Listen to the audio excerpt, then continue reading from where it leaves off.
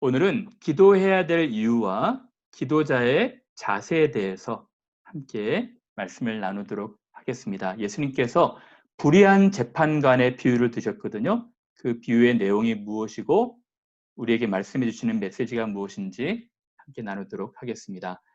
예수께서 그들에게 항상 기도하고 낙심하지 말아야 될 것을 비유로 말씀하여 이르시되, 제자들이 항상 기도하고 낭망 또는 낙심하지 말아야 될 것을 가르치셨는데 한 비유로 가르치셨다는 것입니다. 그 비유가 무엇일까요? 불의한 재판관 비유였습니다.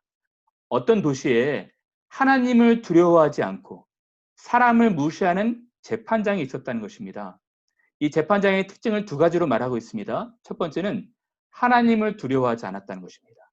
두 번째는 사람도 무시했다는 것입니다. 즉 하나님도 사랑하지 않고 사람도 사랑하지 않은 것이죠. 이 재판장에게 여러 사람들이 찾아오지 않았겠습니까? 사람들이 찾아왔는데 이제 뇌물을 바치는 사람, 브라이브를 주는 사람, 또 잘 좀 봐달라고 좀 부탁하는 사람들, 또 자기가 잘 아는 사람들한테는 재판을 잘 해주고 그렇지 않은 사람한테는 잘 못해 주었던 것 같습니다. 그래서 하나님을 두려워하지 않고 사람을 있는 거에 따라서, 그의 지위에 따라서, 형편에 따라서 무시했다고 말씀하고 있는 것이죠. 근데 그 도시에 한 과부가 있었다는 것입니다. 과부는 당시에 약한 계층이었거든요. 남편도 없고 재산도 없는 사람들이었습니다. 근데 과부가 있어서 그에게 가서 내 원수에 대한 나의 원한을 풀어주소서라고 간청했습니다. 근데 재판장은 하나님을 두려워하지도 않고 사람도 무시하고 있었기 때문에 과부의 청을 무시했던 것이죠. 그래서 이 재판장이 재판할 때 여러 사람들한테 판결을 굽게 했을 텐데 이 과부, 이 마음이 억울하고 마음이 아팠던 과부가 매일같이 찾아오는 거예요. 자주 찾아오는 것입니다. 어떤 사람에게는 돈을 많이 주는 사람한테는 또 재판을 잘해주고, 이런 과부 같은 사람들한테는 그렇지 않고 무시하고. 근데 과부는 무시를 받아도 계속해서 찾아갔던 것 같아요. 제 이야기 들어주세요. 저의 이야기 좀 들어주세요. 얼마나 귀찮고 성가셨겠습니까? 이 재판관이 얼마 동안 듣지 않았다라고 말하고 있습니다. 그러다가 나중에 재판장이 화가 나서 계속 자기를 성가시게 하고 귀찮게 하는 이 여자를 쫓아내기도 했겠죠. 저리 가라. 무시했을 것입니다. 근데 또 나타나는 것입니다. 계속해서 무시하고 차별을 해도 여자는 내 원수에 대한 나의 원한을 풀어주소서 하고 또 나타나는 것입니다. 재판관이 어떻게 했겠습니까? 여자가 찾아와서 재판관이 집에 가려고 하니까 집에 가지도 못하게 붙들고 계속해서 청을 했었겠죠. 그래서 결국은 이 재판관이 결심을 합니다. 다음과 같이 말합니다. 그가 얼마 동안 듣지 아니하다가 후에 속으로 생각하되 내가 하나님을 두려워하지 않고 사람을 무시하나 이 과부가 나를 번거롭게 하니 내가 그 원한을 풀어주리라. 그렇지 않으면 늘 와서 나를 괴롭게 하리라 하였느니라. 괴롭고 번거로워서 여인의 청을 들어주기로 합니다. 대체 무슨 일이냐? 그리고 그 원한을 풀어준 것이죠. 예수께서 이 비유를 말씀하셨습니다. 불의한 재판관 비유를 통해서 우리에게 어떤 교훈을 주고자 하신 것일까요? 불의한 재판관이 우리에게 주는 교훈이 무엇입니까? 어떤 분들은 그렇게 말합니다. 우리도 끈질기게 찾아가서 간절하게 기도하면 하나님께서 우리의 기도를 들어주실 것입니다. 물론 그렇죠. 하나님은 우리가 강청하는 기도, 하나님 앞에 간절하게 하는 기도, 끈질기게 하는 기도를 들으실 것입니다. 근데 오늘 본문은 사실은 그것을 말해주고 있지는 않아요. 본문엔 더 깊은 의미가 있는 것입니다. 많은 분들이 이러한 불의한 재판관의 비유를 통해서 지성이면 감천이다. 우리가 계속해서 수고해서 노력해서 하나님 앞에 나가서 기도하면은 하늘도 듣고 감동하실 것이다. 그런 식으로 해석하시는 분들이 있으시거든요. 그런 것은 아닙니다. 오늘 본문의 내용이 우리에게 정확하게 주는 의미가 무엇일지 다시 한번 생각해 보는 시간을 갖도록 하겠습니다. 오늘 본문은 18장입니다. 누가복음 18장에 있는 본문이거든요. 누가복음 18장 1절에서부터 8절까지 불의한 재판관과 과부의 비유가 나오는 것이죠. 이 본문을 올바르게 이해하기 위해서는 제가 늘 강조하듯이 문맥이 굉장히 중요합니다. 전체 컨텍스트가 되게 중요한 것이죠. 그래서 18장 전에 이 비유 말씀하시기 바로 전에 어떤 일이 있었는지를 봐야 됩니다. 이 바로 앞전에 17장에서는 무슨 일이 있었을까요? 17장 전체에는 예수님께서 종말에 대해서 가르치신 것입니다. 예수께서 이 종말 사상에 대해서 종말에는 이러한 일들이 있을 것이다 라고 말씀하신 것이죠. 여러분, 우리가 잘 알고 있듯이 종말이 무엇입니까? 종말은 예수께서 오시고 나서 바로 시작이 됐고요. 예수께서 다시 오실 때, 예수께서 재림하실 때 이 종말은 끝이 날 것입니다. 종말은 이 세상 끝날이 아닙니다. 예수께서 오심으로 종말이 시작한 것입니다. 그러므로 지금부터 500년 전에도 종말이었고 1000년 전에도 종말이었습니다. 예수님 당시에도 종말이었던 것이죠. 그러면 이 종말의 때를 말씀하시면서 17장에서 종말의 때에 종말의 때를 두 가지로 대표해서 말씀하신 것이 있거든요. 종말의 때는 이와 같을 것이다. 이 시대와 같을 것이다 라고 말씀하시는데 그때가 언제냐면 첫 번째는 노아의 때입니다. 그리고 또 다른 한때는 소돔의 때를 말하고 있는 것입니다. 롯의 때. 여러분, 이 시대에 두 시대의 특징이 있습니다. 그것을 짧게 요약해서 말씀을 드리면 이것입니다. 첫 번째는 하나님을 믿지 않는 세대였고요. 두 번째는 서로 사랑이 없는 세대였습니다. 여러분, 하나님께서 노아의 때에 경건한 의인 노아를 택하셔서 방주를 짓게 하셨죠. 사람들은 죄악이 관영했습니다. 하나님의 아들들이 사람의 딸들의 아름다움을 보고 또 성욕으로 가득해가지고 온갖 좋지 않은 불의들을 다 행했죠. 하나님 마음이 너무 아팠던 것입니다. 하나님을 사랑하지 않는 세대였어요. 불경건한 시대였습니다. 여러분, 소돔 때는 어땠습니까? 의인 10명이 없는 시대였어요. 온갖 좋지 않은 욕망들로 살아갔던 시대였습니다. 외부인들이 들어오자 외부인들을 성폭력해서 쫓아내겠다는 그런 심보를 가진 시대였습니다. 서로 존중하거나 존경하거나 사랑이 없는 세대였죠. 종말의 때가 이와 같다는 것입니다. 그리고 나서 오늘 불의한 재판관을 말씀하신 것이죠. 불의한 재판관의 특징이 무엇입니까? 똑같이 두 가지입니다. 하나님을 두려워하는 것이 없는 것입니다. 두 번째는 사람을 존중하는 것이 없는 것이죠. 여러분, 오늘 본문에 보면 이것이 반복되어서 두 번 나오거든요. 어떤 도시에 재판장이 있는데 그 재판장의 특징은 하나님을 두려워하지 않습니다. 또 사람도 무시하는 것이죠. 또 그 다음 단락에 내가 하나님을 두려워하지 않고 사람도 무시하나 종말의 때가 이와 같다는 것입니다. 오늘 이 시대는 어떨까요? 하나님을 두려워하지 않는 시대입니다. 사람에 대해서 서로 사랑하고 서로 존중하는 것이 사라지는 식어진 시대이죠. 이때 한 과부를 등장시키는 것입니다. 이 과부의 특징이 무엇입니까? 이러한 세대, 하나님을 두려워하지 않고 사람도 존중하지 않는 이 시대에 하나님께서 사람들에게, 자기를 믿는 사람들에게 두 가지를 말씀하신 것입니다. 첫 번째는 항상 기도하라는 것입니다. 그리고 이러한 상황이 변하지 않을지라도 낙심하지 말라는 것입니다. 낭망하지 말라는 것입니다. 기브업하지 말라는 것입니다.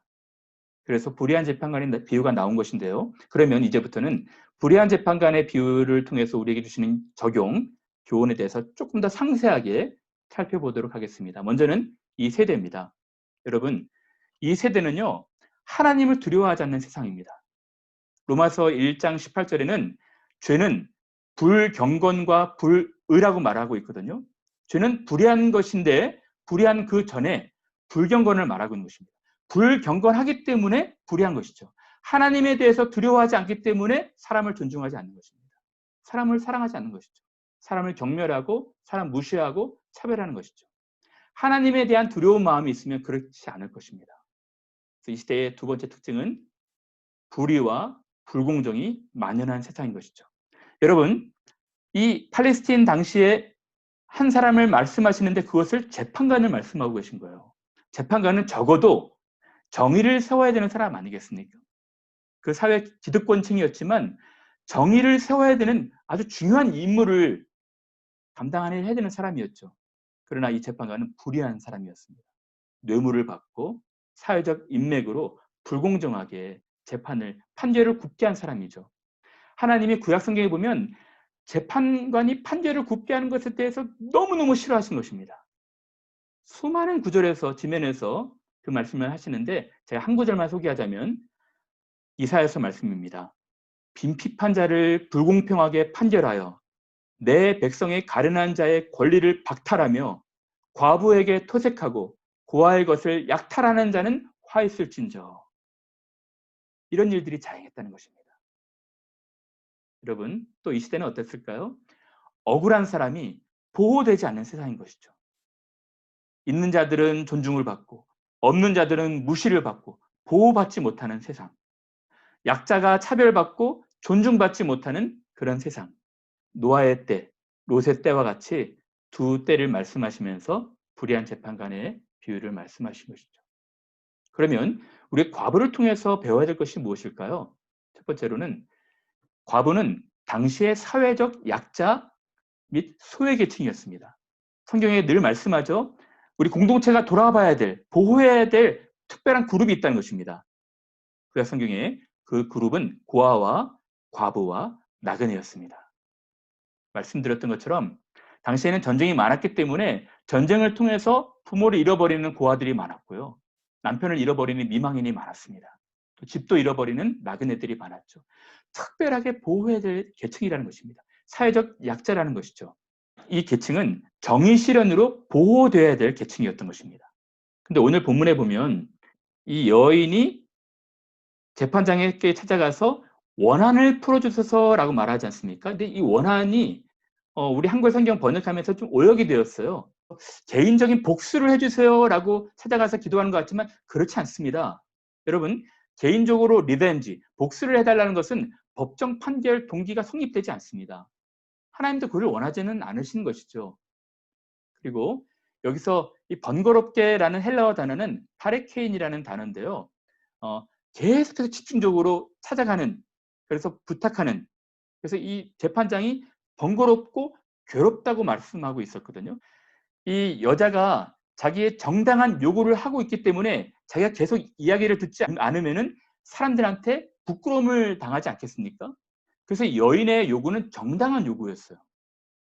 정당한 요구로 계속 찾아갔기 때문에 하나님도 두려워하지 않고 사람도 무시하고 있지만 자기가 부끄러워지는 것이죠. 그렇지 않겠습니까? 그래서 이 여인의 요구는 정의를 실현해 달라는 요청이었습니다. 원한을 풀어주소서라는 올바른 번역은 정의를, 자기가 지금 억울한 상황 가운데 있는데 정의를 좀 실현해 달라는 요청이었습니다.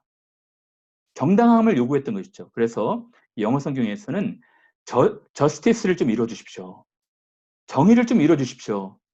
그리고 이 재판관의 답에서도 찾아볼 수 있는데 내가 그 원한을 풀어주리라. 이 영어 번역은 어떻게 되었냐면은 legal protection, 법적인 보호를 해줄 것이다 라고 말하고 있는 것입니다. 여러분, 오늘 우리가 살아가는 이 시대도 이 법적인 보호가 이루어지고 있지 않은 것이죠.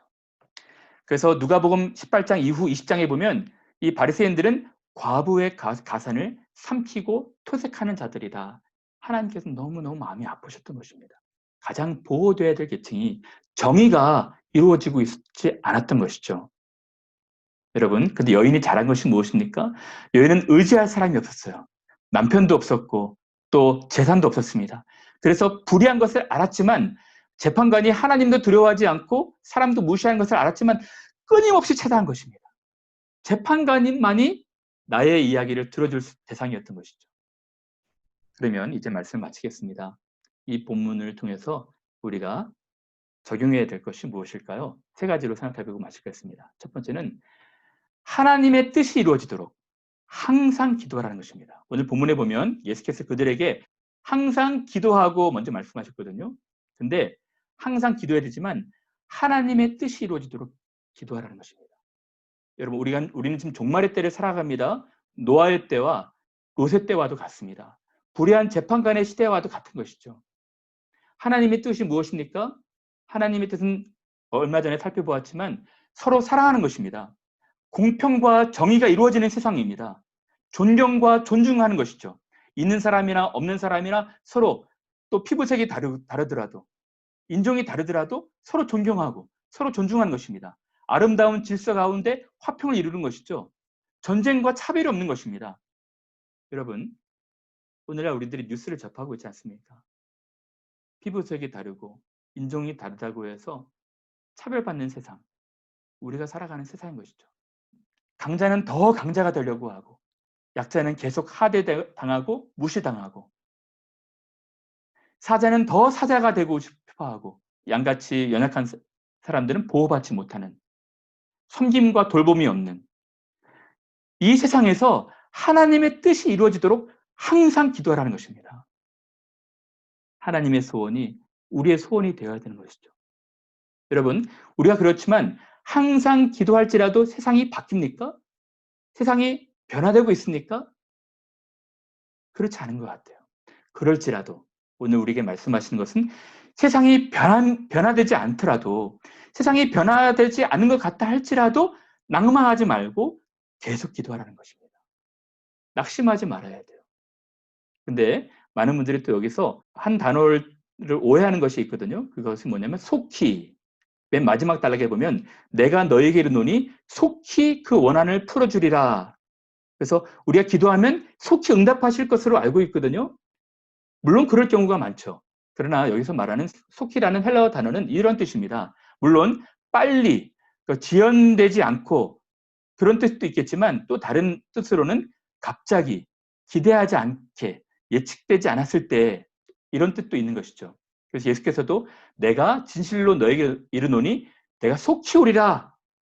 근데 이 말씀을 2000년 전에 하셨거든요. 근데 지금까지 예수께서 오시지 않으셨잖아요.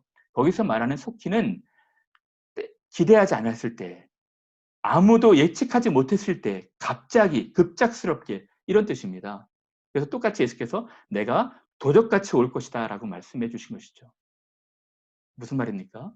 여러분, 우리가 기도할지라도 세상은 우리의 기대만큼 바뀌지 않을 수 있어요. 그럴지라도 끊임없이 낭망하지 말고 하나님의 뜻이 이루어지도록 기도하라는 것입니다. 세 번째로는 하나님의 때에 하나님 자신이 이루실 거예요. 이것이 바로 기도인 것입니다. 여러분, 기도는 우리의 책임이기도 하고 우리의 영역이에요. 그러나 응답하시는 것은 하나님의 영역인 것입니다. 하나님이 하나님의 때에 이루실 거예요. 예를 들어 볼까요? 여러분, 이 이스라엘 백성들은 이제 초대 교회 때 무려 250년 동안 로마의 압제 가운데 있었습니다. 많은 사람들이 기도했겠죠. 하나님, 로마의 핍박, 로마의 그 끔찍한 압제에서 우리를 좀 벗어나게 해주세요. 그리고 예수께서도 응답하셨습니다. 내가 너희들의 기도를 신원해 줄 것이다. 우리들의 피를 언제 신원해 줍니까? 내가 신원해 줄 것이다. 근데 250년 동안 지속이 됐습니다.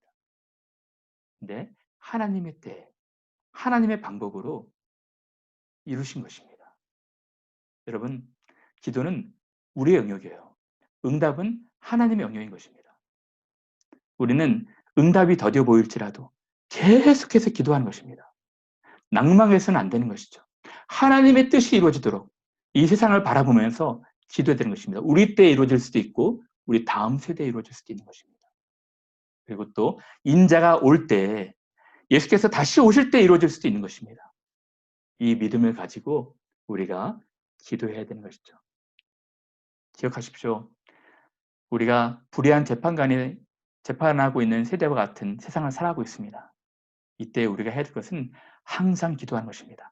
하나님의 뜻이 이루어지도록 항상 기도해야 됩니다. 혹 세상이 변하지 않는다 할지라도 낭망해서는 안 됩니다.